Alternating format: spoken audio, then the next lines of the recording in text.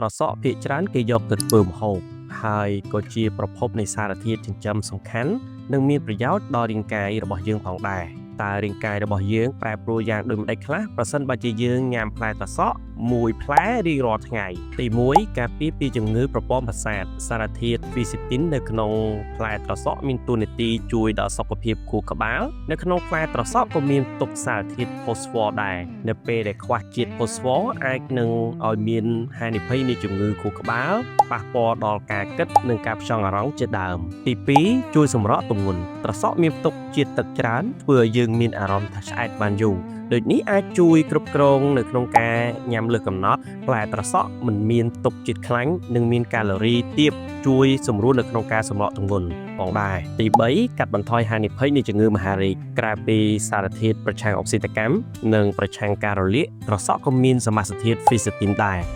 សារធាតុនេះត្រូវបានអ្នកស្រាវជ្រាវជំងឺមហារីកមានការចាប់អារម្មណ៍ជាខ្លាំងដោយសារតែសារធាតុដែលមានទំនាក់ទំនងជាមួយនឹងការកាត់បន្ថយនៃជំងឺមហារីក4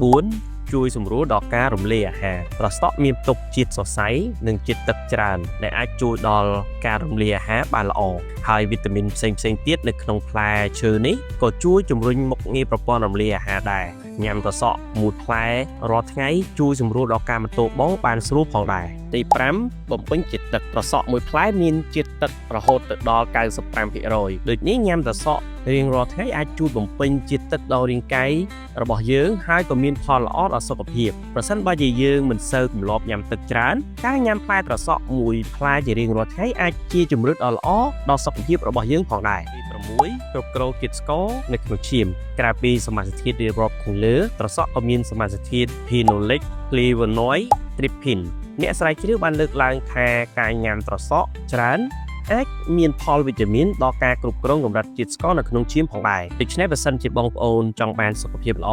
កុំភ្លេចជ្រើសរើសបន្លែមួយប្រភេទនេះចូលនៅក្នុងរបបអាហាររបស់បងប្អូនទាំងអស់គ្នា